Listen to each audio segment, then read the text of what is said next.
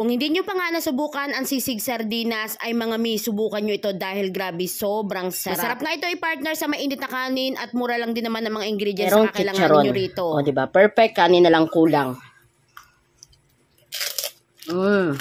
Una, kailangan natin dito ng 2 lata ng sardinas. Itong mega nga ang aking napili dahil marami ang laman nito. Hindi ito sponsor pero baka naman mega, charis. Bali, sasalain lang natin siya para mawala yung sabaw. Pagkatapos ay dudurugin lang natin ng katulad ng ganito. At kapag nadurog na ay okay na yan. Syempre huwag nyo naman siya masyadong pakadurugin. Ngayon, nagpainit lang ako dyan ng kawali at lulutuin natin itong sardinas. So ayan, tutustahin lang natin siya. Kapag medyo alam nyo ng matusta-tusta na yan, ay okay na yan. Hahanguin lang muna natin at then iset aside. Pagkatapos ay maglagay lang ng kaunting margarine sa kawali at igigisa naman natin itong sibuyas. Bali, mas maganda kung puting sibuyas yung gagamitin nyo. So hindi natin siya masyadong pakakalutuin. At kapag alam nyo medyo malambot tayong sibuyas, ay ilagay na natin dito yung niluto nating sardinas kanina. Haluin lang natin ito ng maigi. Sunod naman ay maglalagay na ako dito ng 2 perasong itlog.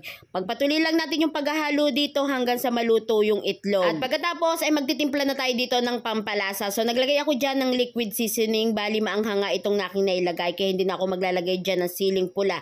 Tapos naglagay rin ako ng kaunting paminta at ayan, i-mix lang natin ito ng maigi. Naglagay na nga rin ako dyan ng siling green. Tapos naglagay na rin ako ng mayonnaise. So depende na yan sa inyo kung gaano karaming mayonnaise ang ilalagay nyo.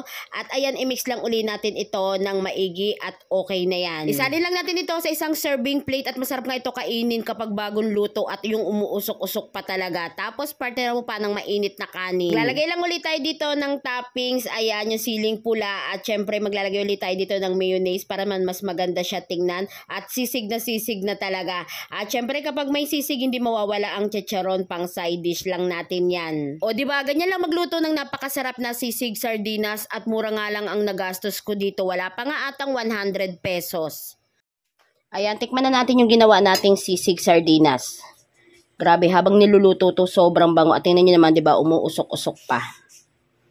Ayan, tikman na natin kung ano ang lasa.